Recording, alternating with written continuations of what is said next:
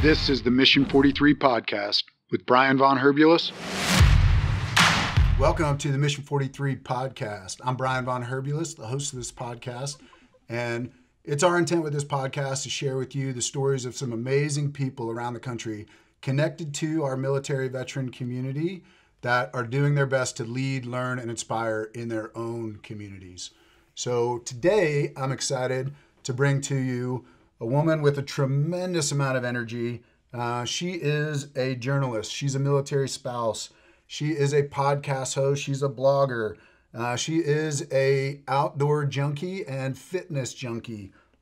She is also the executive editor for Militarycom. So she is very tied into the ins and outs of what's going on across our military community in this great nation. Coming to us from the great state of Alaska, Amy Bushatz. Welcome to the Mission 43 podcast. Thank you so much for having me. And usually I'm the chief spokesperson, self-appointed, for the great state of Alaska as being the best state. But for the purposes of this podcast, I will say Idaho is also amazing. All right. So what I just heard you say is that Idaho is the best and Alaska is not a too far distant second place. It is very distant. So yeah. I can agree with that. Okay, cool. All right. So what's the temperature in Alaska right now? I mean, we're in July. So what's going on there? It is a cool morning. It's in the low 50s. We've had a couple of absolutely beautiful days. I expect it to be partly cloudy with maybe 60 degrees today. So it's we'll take it. It's nice. Yeah, that sounds good. I think it's going to be about 97 here in Boise, Idaho today. Okay. So it's going to be a little warm this week. We're ramping up for that. Okay, so I know a little bit about your background as a military spouse, and we'll get into that. But let's start with your early years. Like, what helped shape Amy Bushatz into the person she is today? Tell us a little bit about yourself. Yeah, so I'm from Santa Cruz, California. I come from a very politically and religiously conservative family, which is very not the MO of Santa Cruz, California, by the way. So my parents took great pride in that. And I was essentially homeschooled through high school and as part of sort of that conservative upbringing. And then I went and studied I think it's best described like as with a group of other homeschoolers, we collectively did a college process through an online degree program, okay. which in 2002 was like very new, right? Like, what is this online learning? And so actually a lot of service members will be familiar with the college I used, Thomas Edison, now State University, which is very popular among service members. And so that's where my degree's from. When I was working on a degree in communications with the goal of becoming a journalist. And so I moved right after that to Washington, D.C. Region where I had an internship and then had jobs in newspapers and, covered local city government in D.C., which was incredibly interesting. I'm really nerdy, so I loved it. But the most interesting things I did there was cover the DC National Guard. And when I was doing that, I decided that I really wanted to cover the military.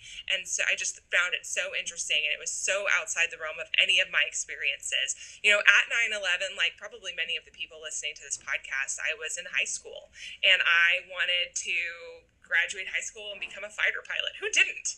Right? Yeah, right. And that's totally a thing. Well, first of all, I have terrible eyesight, okay? So my parents were like, that's probably not going to happen. Also, at the time, women being fighter pilots was like not really a thing, except in, very small numbers. Right. And, and so that was sort of there. But my father had served in the Air Force for, 4 years in the 80s. He had been on the Presidential Honor Guard when Reagan was inaugurated. And he looked at me and he said, if you're going to join the military, you have to go to college first. And so that was sort of my thought, and that changed over time. But as I was in Washington, D.C. doing journalism, which, is certainly not the same kind of service, but I see as a different kind of service. I realized that I just found, my connection and interest in the military was still there. And so I thought, what would be cooler than going, embedding with the unit and going to Iraq or Afghanistan? So I was maybe 22. Wow. Okay. Yeah. Yeah. So this is 2005. So my editor looked at me. I mean, I looked like I was straight off the turnip truck, bud. Like, I had like really long hair. I looked like I was 12. I was homeschooled. Okay. So in retrospect, my editor was very smart. At the time, I was really upset. But he was like, you're a little girl. You cannot go to Iraq. It was 2005. Yeah. Iraq in 2005 was not a place for the turnip truck writer to be. And so, I mean, I was essentially Tina Fey in Whiskey Tango Foxtrot, if you've seen that. Like, yeah. I actually, in the beginning of that movie, she references a covering conflicts course that she attended. And like I went to that course. So she in this movie she references like, well, they say if you hit an ED, you keep your mouth open so your insides don't explode. And that's literally what they taught us in that course. I'm just sitting there with my mouth open watching this movie because I was like, that's in fact what they said. That's exactly what we were trained. Unbelievable. So anyway, yeah, so crazy. So I two things in DC. The first, and because this will come up in our conversation later, I think, the first military story I ever covered, I was brand new reporter at the Washington Times, and I was assigned to go to the Father's Day ceremony at the Vietnam Veterans Memorial Wall. And I don't know anything about this. So I show up at this thing and I sit down and I look at the person sitting next to me before this ceremony starts. I'm like, well, what brings you here today? Which is, that's what you do when you're a reporter. And she tells me this story about how her first memory is of her father's notification. Emotional. Yeah. It was just like this incredibly emotional story. Her sister's there. This is their first time at the wall. They've come here to attend a Father's Day ceremony for the dad they never met. I mean, they barely met or didn't know, She's like, I can remember what I was wearing when the notification officer came. Yeah. So that was the first time. And then the next really military coverage I did was I embedded with the DC National Guard to go on their Hurricane Katrina response. Okay. And so I was just hooked at that point, right? And I was down in New Orleans for about 10 days after the hurricane we arrived. And then I was there for another 10 days. So you got the emotional aspect to dealing with these family members with the loss. And then you got that sense of adventure you were looking for tying in with the military. Absolutely. Pretty quickly in your experience as a reporter. That's fascinating. Yeah, absolutely. And so I'm a very goal-oriented person. I was like, I am going to cover the military, the end. And so I started taking covering conflicts classes. I tried to take Arabic. It did not go well. I took a class on like understanding Islam through a grant program. I was just like, I don't know what to do with my hands, but I'm going to figure it out. And when the Washington Times would not let me, embed, I was like, sayonara, and got a job at what has since become Politico in an attempt just to like broaden my experience, and then ultimately left there for the Army Times Publishing company. And their group of papers. So what year is this now? Oh gosh, now we're in like 2006. Okay, so had you met your husband Luke at that time? Yes. So Luke was in my homeschool. Oh my! Situation. You guys have known each other a long time. Yeah. So we went to college together, and he joined the military after that. If we asked him, he would eventually confess that he wanted to join the Marine Corps and they wouldn't have him. And so he's a soldier. That story does get told a lot, but it's okay. Like, we all serve in our own way and we find our right community. So, okay, in his defense, it had to do with a broken collarbone and the fact that they wanted him to wait a long time after that had healed to come back, and he was in a hurry. So I got you. So the few of the proud. What can we say? Okay, so you married an Army soldier, an officer, and began, continued on in your journalism career Yeah. and had to get creative probably, traveling, moving from base to base and continuing to work. Yeah, so I left my job at the Army Times to get married.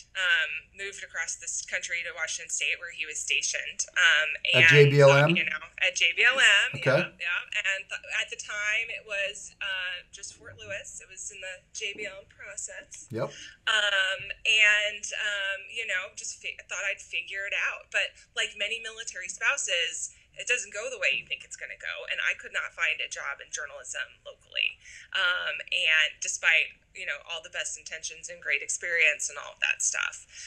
And so I worked in coffee shops, Okay. I freelanced for a little bit for the Army Times, and trying to cover the Navy and the Air Force, of which I knew nothing about. So the great lesson there was that, living in DC and writing about defense policy does not a, base reporter make. So, But you were really living the military spouse life at that point. Yeah, absolutely. Okay. I was just about to say, get married, have a baby, if I didn't realize it at the time, but if there was a textbook on this, I read the instructions and did what you do. Shop at the commissary, use the base thing, go to the officer spouses club. I did all the things that one is supposed to do because I'm a rule follower and that's how I roll.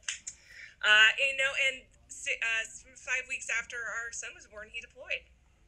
Okay, and that was 2009? 2009. Mm-hmm. Okay, so let's get into that deployment a little bit because I know Lisa Hallett, and I know her husband John was the CO of that unit.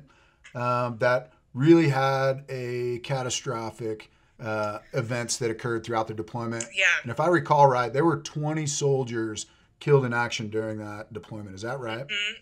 Yeah, just over 20 in our battalion. So my husband, Luke, was actually John Hallett's XO. Okay. And so when they deployed, John was his bunkmate, and on that particular day in August, Luke was on the radio and John went out for the humanitarian mission, and on the way back, they hit an IED and that was that. And John and 3 other soldiers were killed in that particular IED strike. And that was just a few weeks after our first casualties of that deployment, where 2 other soldiers were killed. So back home, here I have an infant. Lisa had a 3-week-old. Captain Jenkins, the PA, who was also in that IED strike, who was also killed, he also had a 3-week-old. And here all of a sudden my friends are widows, and the 2 previous guys who were killed, I went to their memorial service and I'm sitting there and I realized I don't know these people really at all, or so I thought. I sat next to them at the battalion ball, the battalion pre-deployment ball. Mm-hmm. So you're sitting in memorial services, 4 rows back with the rest of battalion wives, staring at the back of the head of the widow in question.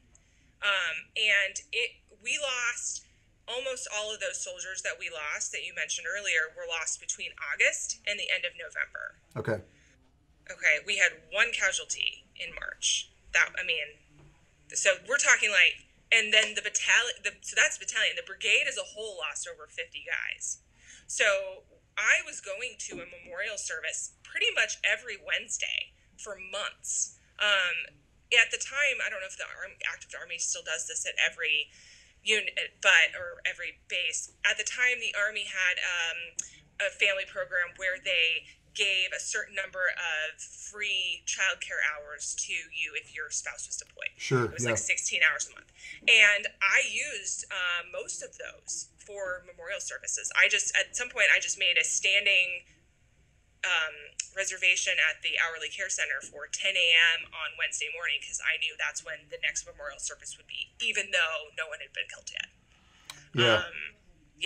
And so what we don't think about when you're in it is the toll that anticipation has on your hormones. I mean, your brain, your entire body, just living with that weight.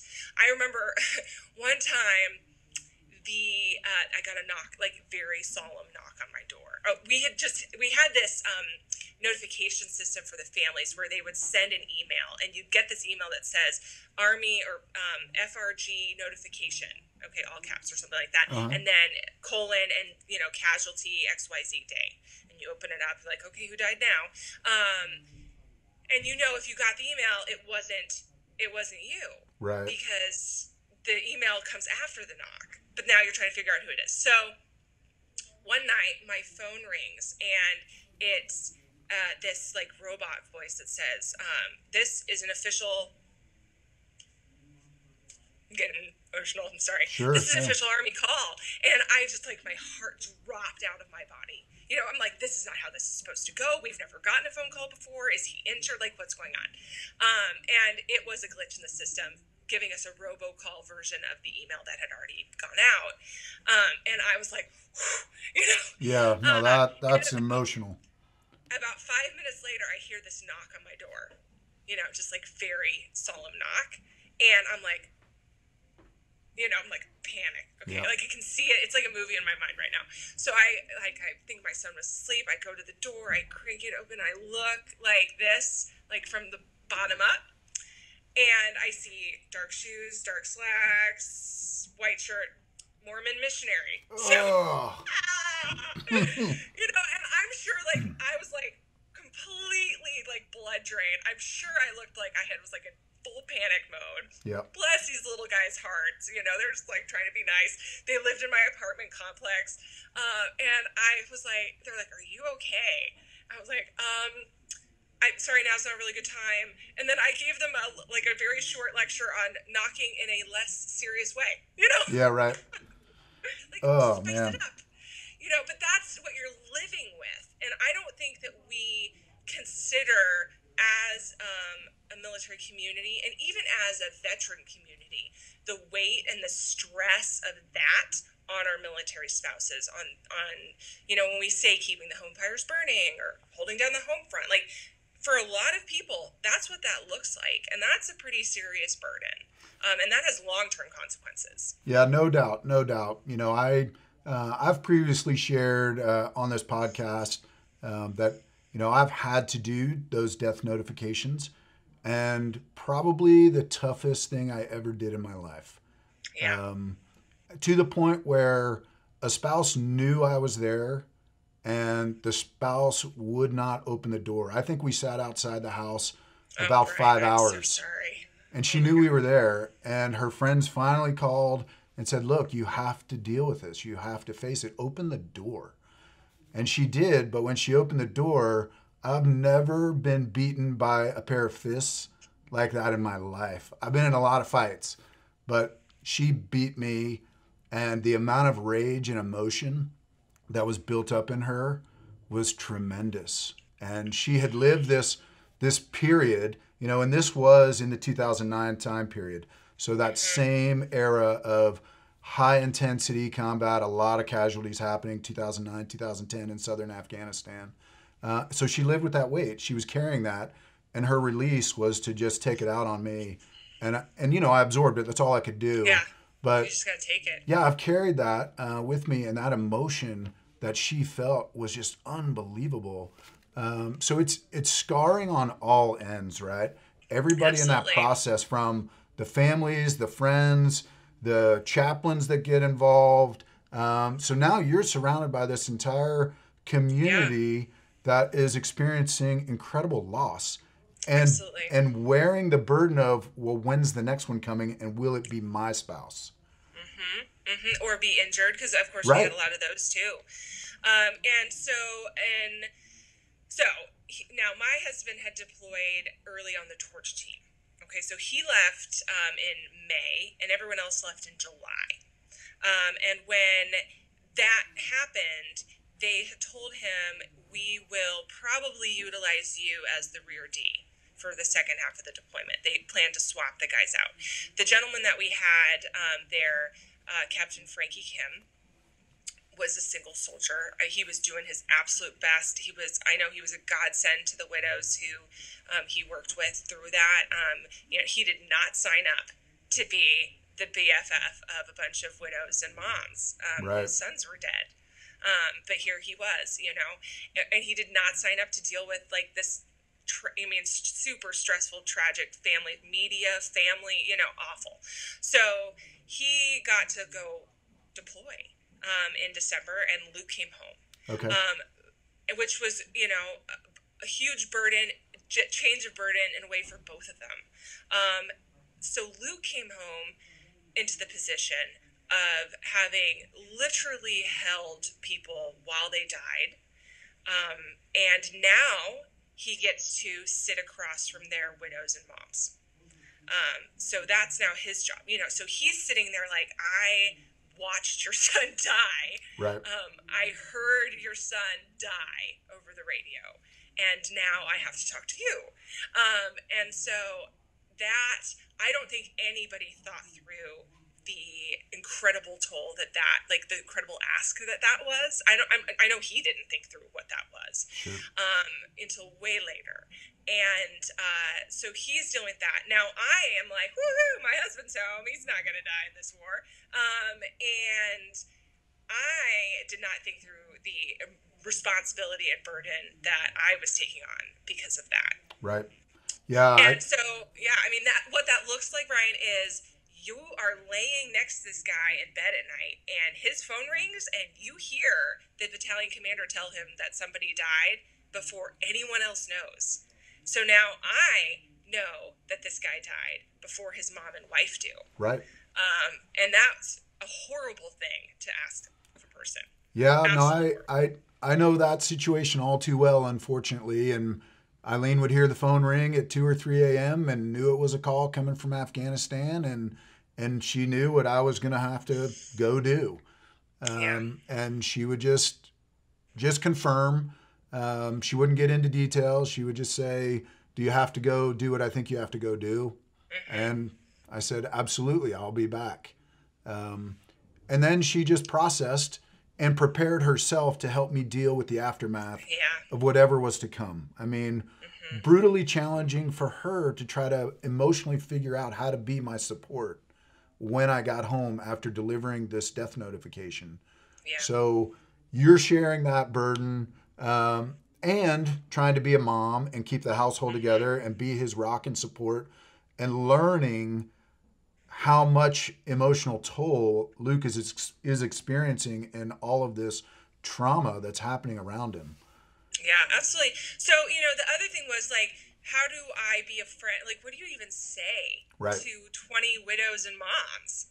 Who, by the way, I didn't know very many of them very well. Because I was newer and I had a very young child, and they were,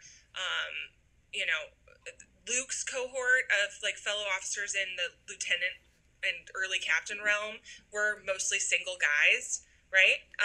And so then there's the older captains who have a lot of kids who I just didn't know very well, and then the junior soldiers who I just didn't know very well, and it's just a weird time of life, and so what do you say? So this brings in Wear Blue and Lisa Hallett again, because she solved that problem for us in a way, with working with a couple of other spouses who wanted to know the same thing. What do I do for you?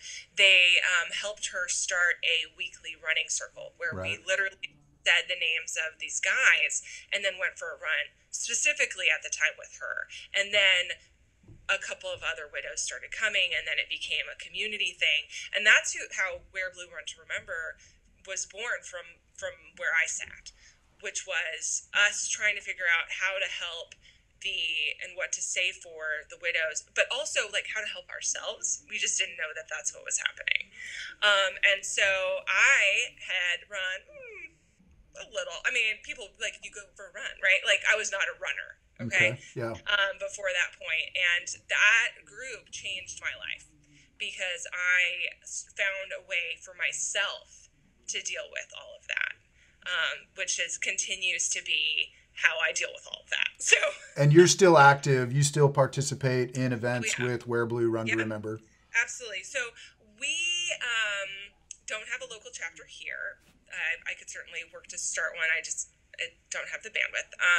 But every year that we have it, run, which is sort of up in the air for this year right now, run with Wear Blue at the Marine Corps Marathon. I have run in honor of a soldier from our unit. I've run in honor of soldiers from other units and friends. I always pick a specific person. Last year, I actually ran in honor of the friends and family of 117, our unit, because I thought it was time to honor myself and these other women. I did the 50K. But 2 years ago, which is where the Vietnam Memorial Wall comes back in, I wanted to honor a Vietnam War era casualty in honor of as a nation, we've been recognizing the anniversary of the Vietnam War for a couple of years now, just taking real time to do that. And I wanted to recognize that myself. And so I was like, oh my gosh, I don't even know anybody from the everyone I know who's a Vietnam veteran is living, right? And okay. I don't know any friends and family of the fallen from Vietnam. So I realized that I do, and it was this woman whose story I told in this paper. And so I had found her and emailed her once at some point since 2005, found her email address again, tracked her down, said, Susan, would you mind if I ran in honor of your dad? Because this is just, your story and telling that story, and that's really the start of my entire career. Because now I cover the military for full time. For 10 years I've done that. I'm in the military life. Can I do this? Do you mind? Because I really wanted her buy-in. Not only did she not mind, but she flew to Washington, D.C. from California to hold a flag in his honor on the course with the Wear Blue group. It's this incredible mile of, it starts with these posters of the faces of the fallen who are being honored on the course. And then it's just this very solemn space where everyone gets really quiet. And then you run out of that into this huge cheering section of men and women and kids holding full-size American flags and, you're doing great, you can do this. And it's just like, boom, it's so powerful. And it's about halfway through the race, so it's kind of dragging. And what a lot of people don't know is that many, many, many of those people holding flags are also the friends and family of the people on the posters. And so it's just, it's so incredible. Yeah, really emotional event. Yeah, so emotional. And you're all high on emotions anyway because you're running a marathon. So I decided not only am I going to do this marathon in honor of this guy, I really want to carry a flag and run with a flag to do it. And so I ran the Marine Corps Marathon with a flag in honor of EM1 James C. Mitchell, the Navy. Not even current Navy ratings, by the way, are still hard for me. It's just a whole different world. So, EM1 James C. Mitchell Jr., who was killed in Vietnam. His body has never been recovered. His daughter took the flag that I ran the Marine Corps Marathon with a month later with her to his crash site in Vietnam to honor him. Wow, that's a fantastic story. And it was, talk about a full circle connection. Yeah. And gosh, Brian, it's interesting, these things that we do to honor the fallen, they're not here. They don't know. Right. But it's for us and it's for each other, which is the part that matters. So I'm there helping myself with this run, honoring this guy who I've never met, whose daughter barely remembers him. So that she can honor that connection that she has and build bridges with the other kids of fallen Vietnam soldiers. Okay, so she's meeting with them over there and creating this global community of healing, which sounds really fruity, but that's why it's something that we need so much. It just was this incredible full circle situation. It's such an honor to be a part of. I love that there are people like you that continue to honor the service and sacrifice of of those that made the ultimate sacrifice, or literally just served. Let's just start with that. They served their country honorably, and whatever transpired in that process, we honor them, we're appreciative of them, and we recognize in the simplest ways of our own perhaps sweat and exhaustion, in honor of them. So kudos to you for realizing how important that could be and how therapeutic that can be for you and your own story, and Luke's story. And I want to continue on with that because that story doesn't end. You're still living with some of the after effects of Luke's deployment.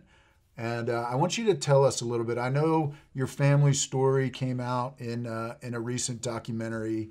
So tell us a little bit about post that deployment.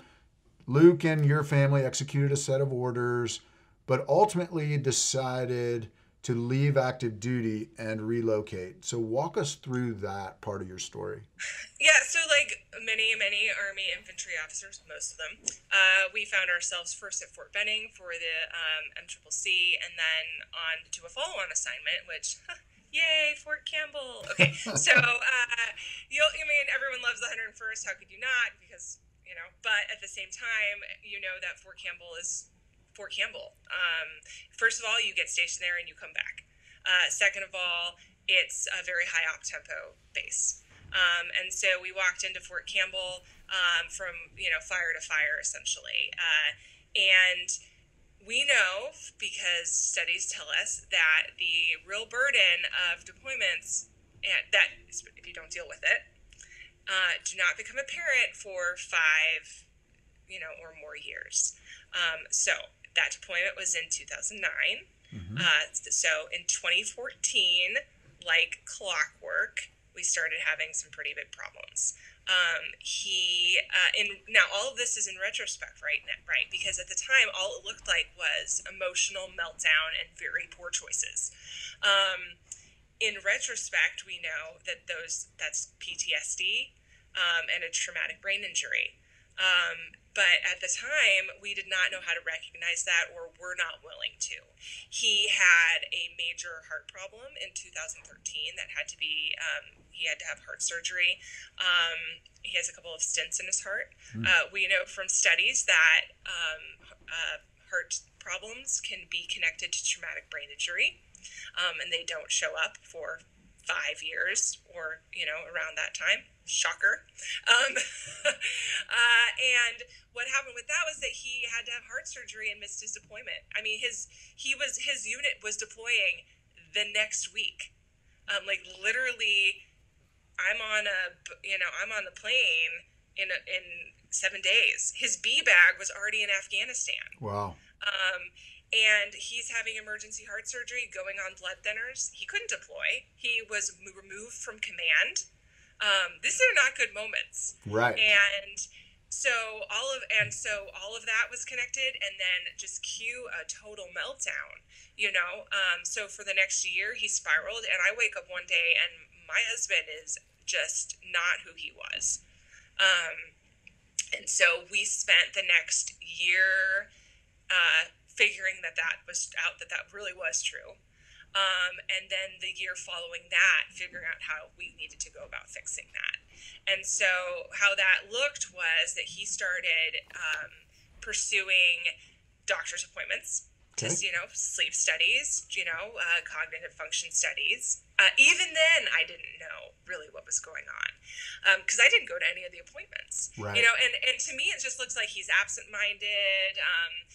How do you put your PT bag on the back of the car and drive away and then lose it 3 times? Okay, but you do. Yep. And so we decided in 2015 that the answer to this was to not be in the active duty Army anymore. If he wanted to have his family be a part of his life, he needed to make a choice. And he, that sounds a little harsh in retrospect, but at the time it was, he's a very high-performing soldier, and high-performing soldiers, no rest for the weary. You get assigned even more demanding things, right? And he was never going to have a chance to really get the kind of help he needed if he kept having those amazing opportunities. That's what they're called. Yeah, So. absolutely. No, I certainly understand that story. And, the prize ponies get whipped and they get harder and harder assignments. And that's how the system's designed. So a hard choice of keeping the family unit together or continuing on a, career track of progress and leadership and opportunities, and a bit of ego that goes along with that too. So a real reality check. I think the thing you're missing is that, or you're not saying, is that a career of leadership and opportunity in the military. Sure. Because we know that our veterans are incredible leaders and have incredible opportunities, and can be so valuable outside the military. Absolutely. And for some of so that's really, it was the choice there. But when you're making that decision, it doesn't look like that. Right. It looks like loss of identity, loss of income, loss of stability, loss of purpose. Loss of purpose, a life of unemployment, a life of being called disabled. It looks really bad. But on the other side of that, after a couple of years of transition, really painful, you got to put your nose down and be like, this is going to get better. You wake up one day and you realize, I have purpose, I have identity, I have a community, I am a leader, I am important to my local civilian population because of the perspective and training that I've had. But it takes a minute to get there. So, sorry, I sidetrack. But no, I appreciate you bringing that to the forefront, because that's exactly why Mission 43 exists, to tell people that story about themselves. That you can transfer all of that stuff that you experienced in the military, all that opportunity, all the leadership attributes you developed. You can transfer that. It's just about finding your new identity and ways to express all those skills. So, you nailed it. That's why we and so many other great organizations that provide support to our veteran community and military spouses exist. It's about empowering them to understand who they can become post-military life. And it's exciting. There's so much to execute in life post-military service. You just got to find what it's going to look like and have a good, strong support network to help you get there. And have the intestinal fortitude to get through the grinding hard part, where you are learning all of these things about yourself and becoming who you are going to be in the civilian community. And some of that looks like, oh, wait, I'm so much more injured than I thought I was. But that doesn't have to, that can be a part of who I am, but it doesn't have to define me.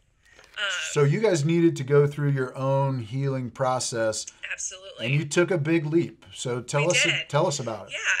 So in 2015, like I said, we were like, well, it's clearly one or the other, which he was completely on the same page with. It was not me saying, make a choice, it was a team effort. And so he decided, okay, you know what, you're right. Like, we need to get out of here. I can't figure this out while being in the active duty Army. So he decided to leave the Army. He was not medically retired. He left the Army. So, and that's an important distinction, because as he was leaving the Army, we took literally a legal notebook and went 2 pages. We went from his toes to the top of his head. Tell me what's wrong with your toes. Write it down. How are your feet? Write that down. What's going on with your ankles? Okay. Piece by piece. And then he went about the good work of dealing with Army doctors to get it all documented, because he had never bothered to go to the doctor for any of this stuff before. Unless he had to, and they were like, here's some Prilosec. Oh no, JK, you have a heart condition. Okay. So we did that. All right. So after we got out of the Army, we decided, we really need a big change. We can move anywhere. My job's mobile. He wanted to go to grad school. All right.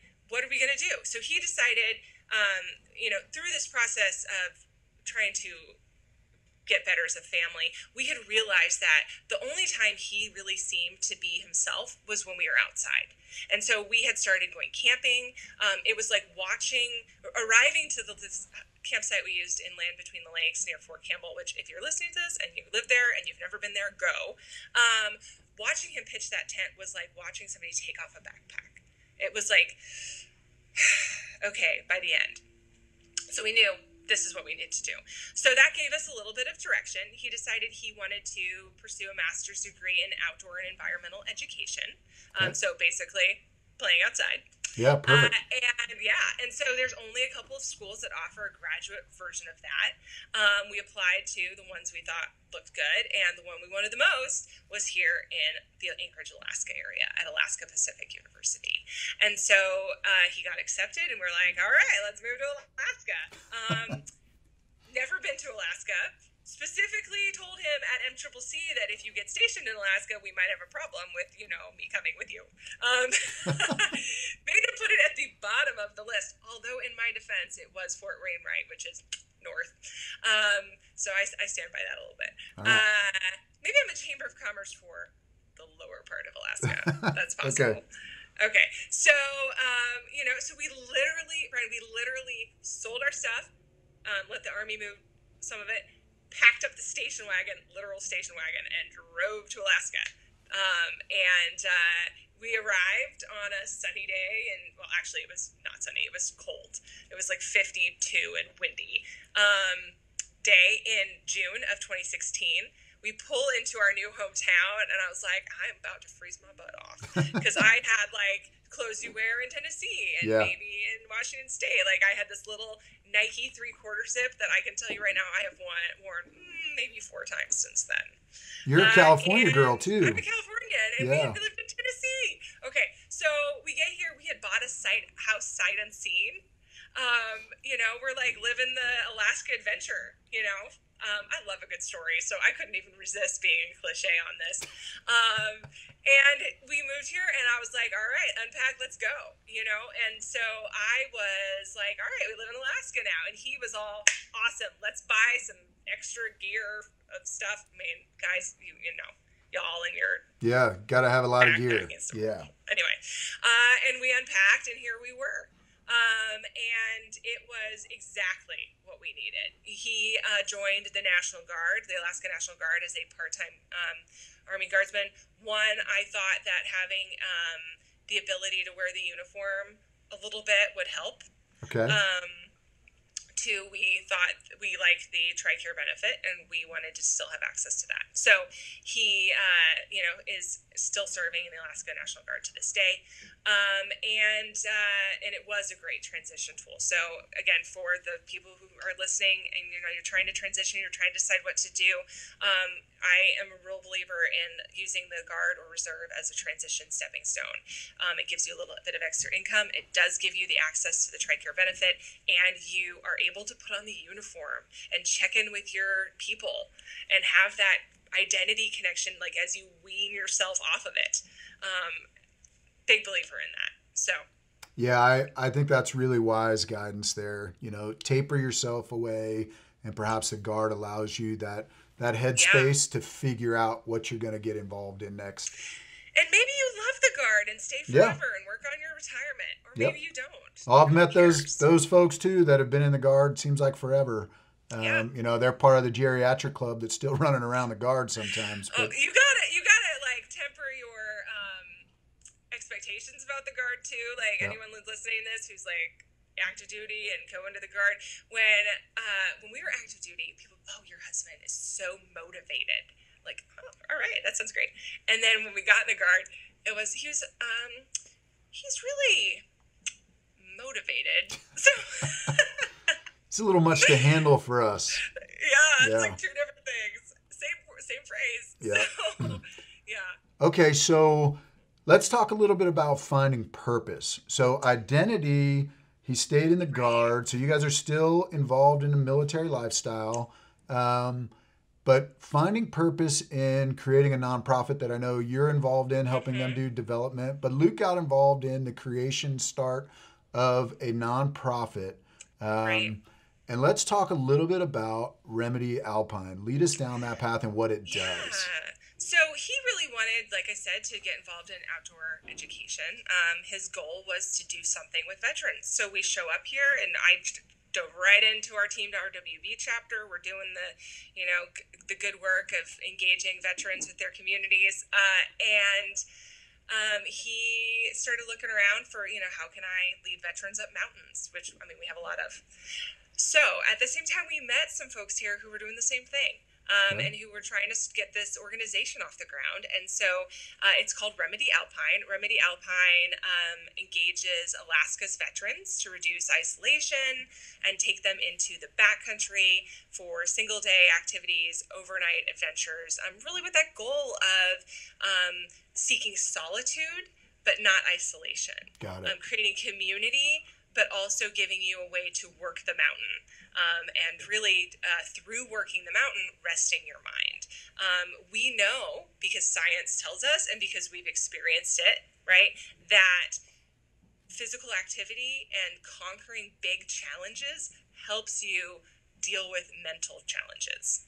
And so for veterans, this is especially pertinent as we learn how to sort through trauma and how to sort through, the challenge of civilian life. Having a group of veterans to do this with gives you that connection as well. So that's Remedy Alpine. I've been helping them develop it a little bit, through conversations like this one.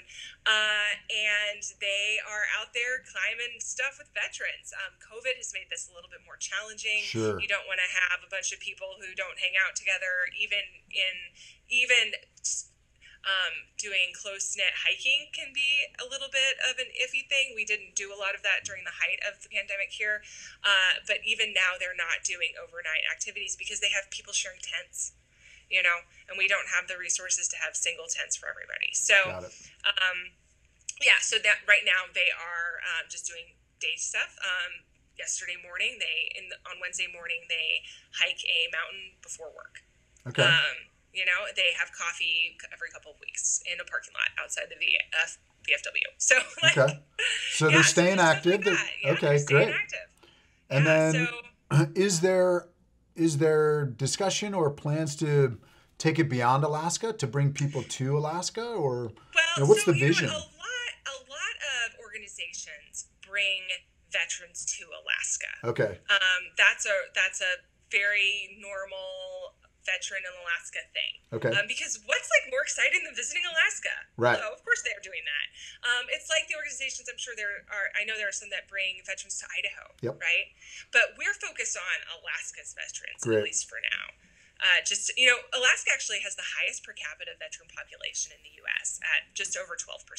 Wow. And so there are plenty of veterans here to go around. And people come to Alaska looking for that solitude that we talked about earlier. I mean, think about like the Great Alaska Adventure, right? Let's get away. Let's go to Alaska, the last frontier. Well, because the winters are dark and then you don't know anyone, and all of a sudden that solitude becomes isolation. Right. And so we're looking to help solve that problem as well. So to reduce the isolation, increase solitude, have that connection, go out and see some cool mountains. I think it's fantastic that you focus on your Alaska veteran population with Remedy Alpine. Kudos for you guys staying true to them and assisting them in their transitional journey, and just you do have that potential for isolation there, probably greater potential than anywhere else. So again, I think Remedy Alpine and its mission is fantastic, and I look forward to continuing to watch what you guys do and how it develops in a post-COVID environment.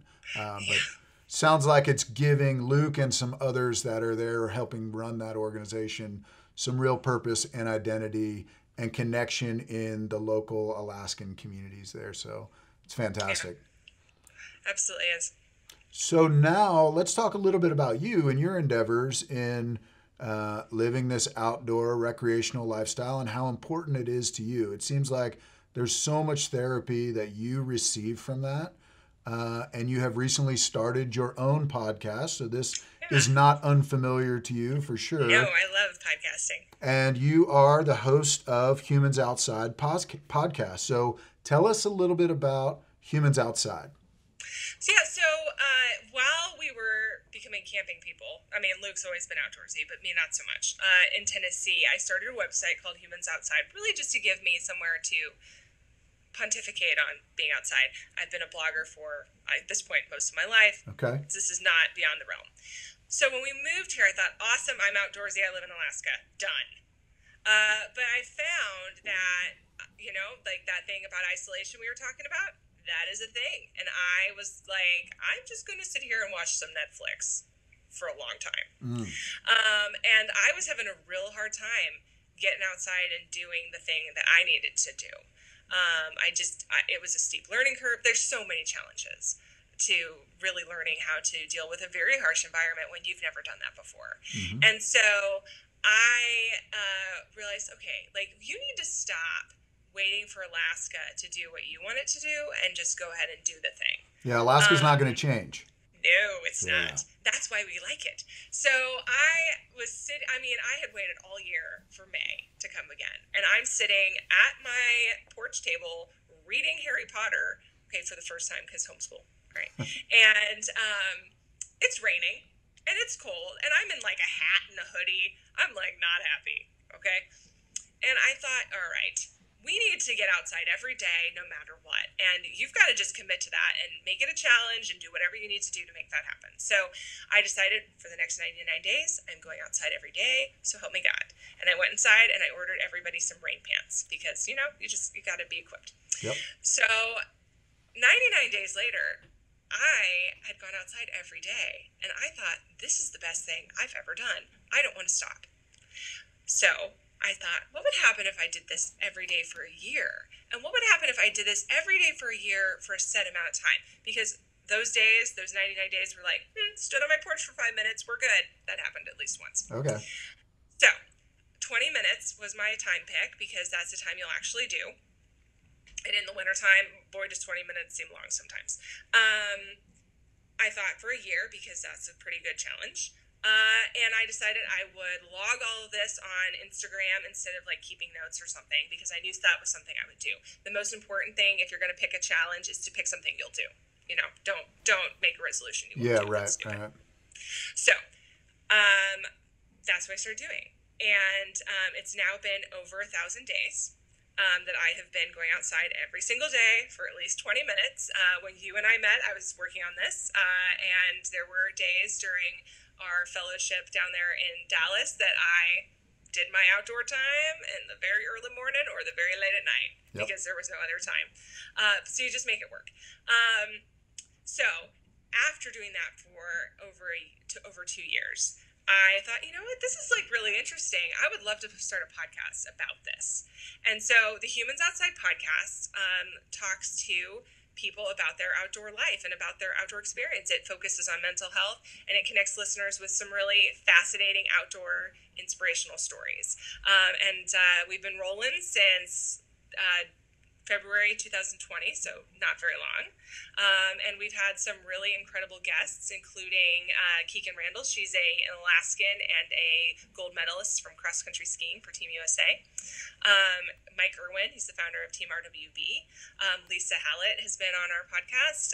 And coming up in the next season, I'm really excited because we have Laura Vanderkam, who is a well-known, renowned time management expert who has actually done my Humans Outside Challenge at my suggestion.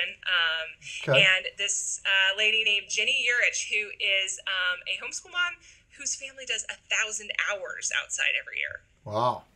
So crazy.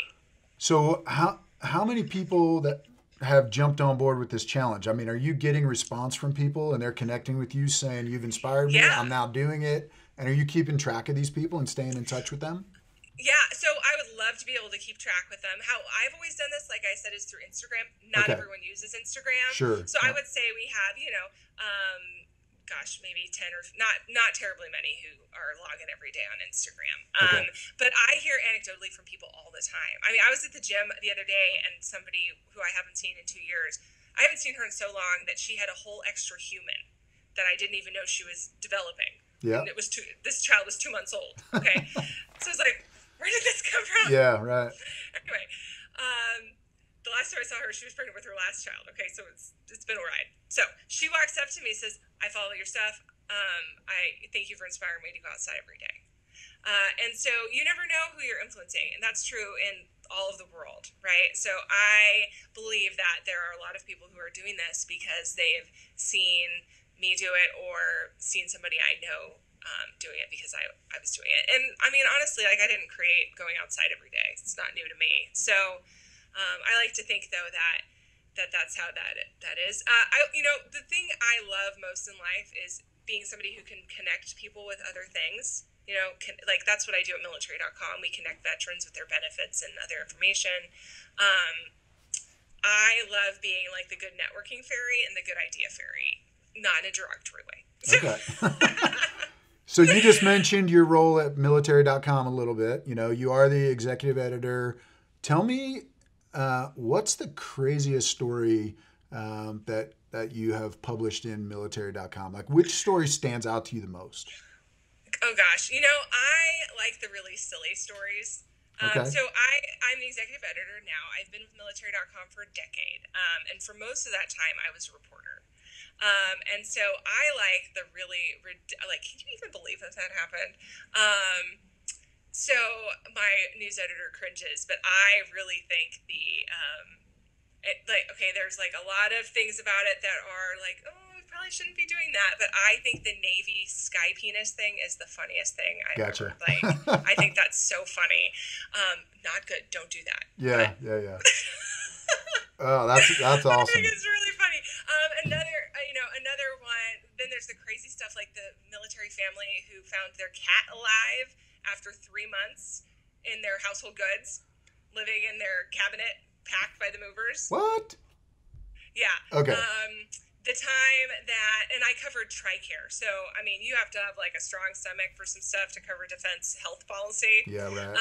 But the fact that the TRICARE East now had been TRICARE South helpline is 1 digit removed from a sex hotline. And if you fat finger that, which somebody a commenter pointed out, and I was like, no.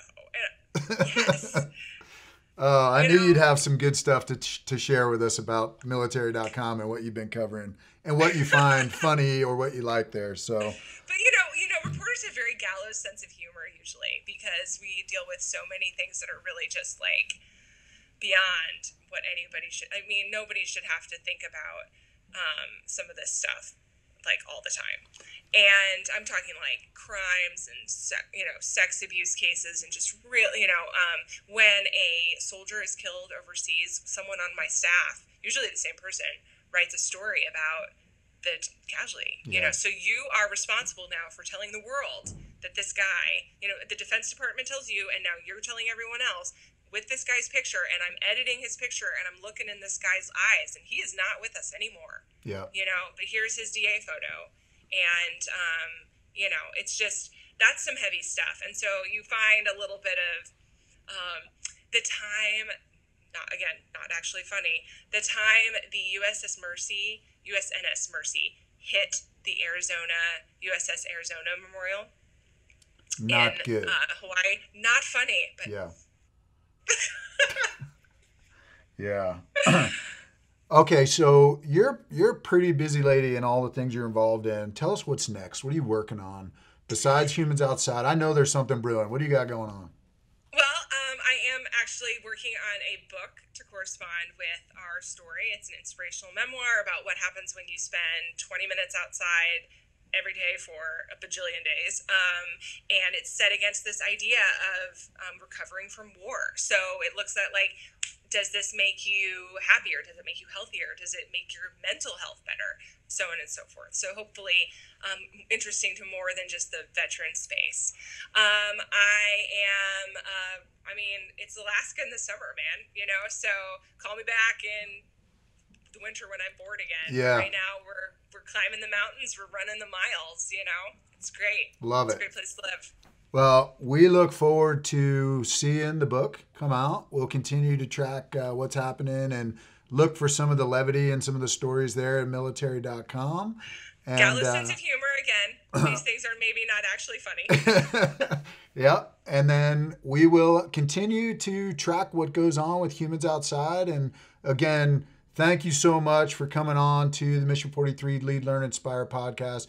You are truly doing all of those things in your community there in Alaska and beyond.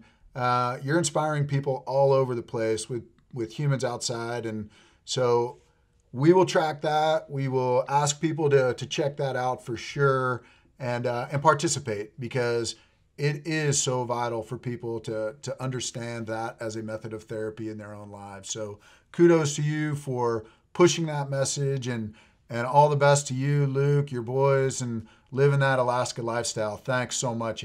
Thanks just for coming on board today. Thanks so much for having me. It's been fun.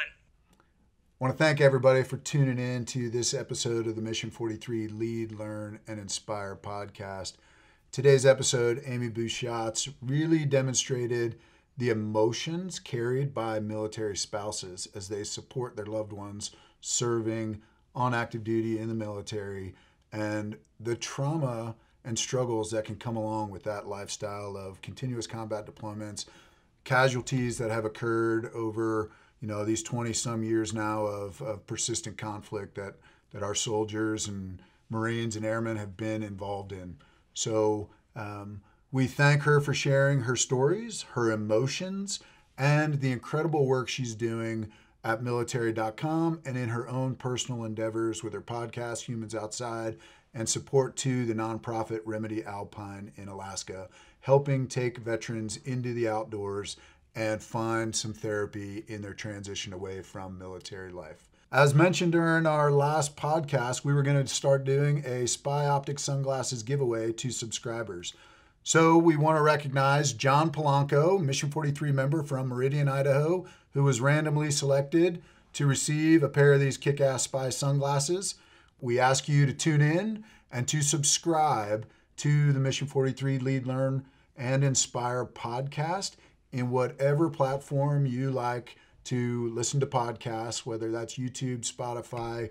We're out there on most platforms. Check us out, subscribe, and we look forward to bringing you our next guest here real soon.